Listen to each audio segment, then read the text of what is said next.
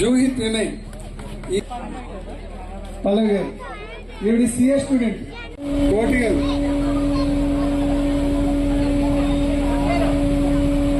ఏమండి బావసాగర్ సంఘం. ఛత్రపతి శివాజీ మహారాజ్ కి, ఛత్రపతి శివాజీ మహారాజ్ కి. ఇంటికి వెళ్ళిపోతారు. అలాగే వీళ్ళ మదర్ ఫాదర్ వీళ్ళు కూడా వస్తారు గ్రౌండ్ కి. నాన్నగారు మైక్రోసాఫ్ట్ కంపెనీ గురుగారి శిష్యుల్లో ఒక శిష్యురాలు లోన్ చూసుకుంటారు. మీరేం టెన్షన్ పడలేదు. ఆడు వెంటనే పారిపోయారు. శేషవర్ధన్ గారు ఇక్కడ ప్రదర్శిస్తారు కరసాము. తర్వాత సెక్రటరీ శ్రవణ్ గారు. అలాగే టైం స్టార్ట్ చేయండి. మీ పాటలు ఏమైనా సెలెక్ట్ చేసుకోండి.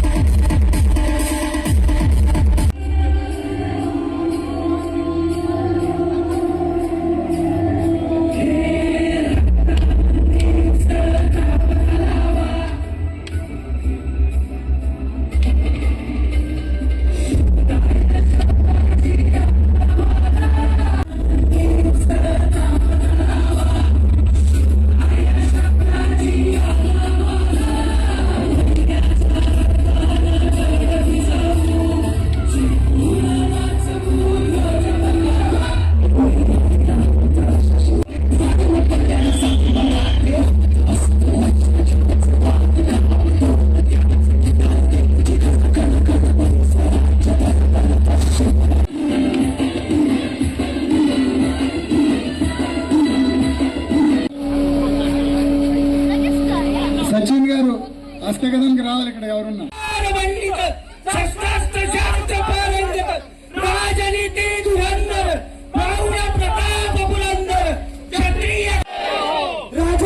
छत्रपति महाराज की, राजा शिव छत्रपति महाराज की जय भवानी,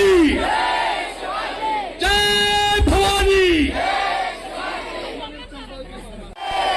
जय भवानी,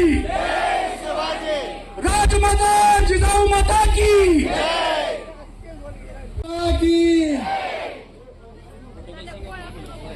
ఇప్పుడు హర్షవర్ధన్ గారు ఇక్కడ లోకల్ గా ఎవరైతే ఇన్ఫ్లుయెన్స్ ఉన్నారో వాళ్ళు కొద్దిగా ఎదురున్న అడ్డు క్లియర్ చేస్తే ఎదురు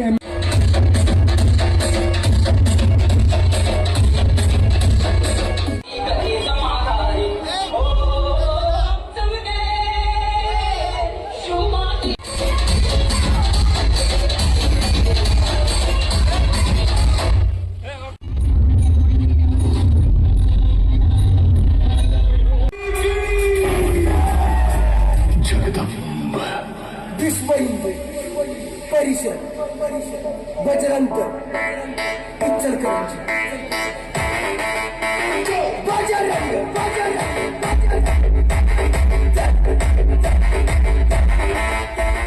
जय